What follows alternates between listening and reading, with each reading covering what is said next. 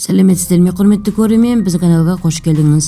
Әлемде және Қазақстанда болып жатқан жаңалықтарды алғашқылардың қатарынан бірінші болып білгіңіз келсе, арнамызға жазылып лайк түймесін баса кетіңіз. Жамбыл облысында пойыз қаққан 2 жұмысшы көз жұмды.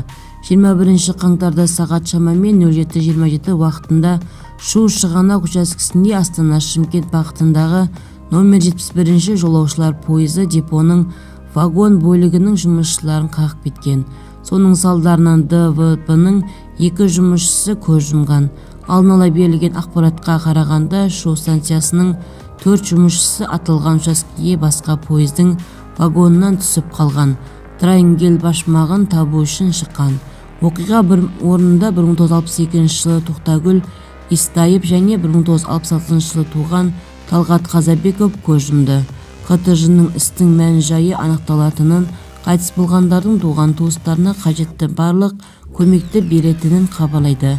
Толығырақ төмендегі сайтымыздан көре аласыздар. Егер де біздің видеоролик ұнаса, подписаться және бір ғана лайк түймесін басып өтулеріңізді сұраймыз.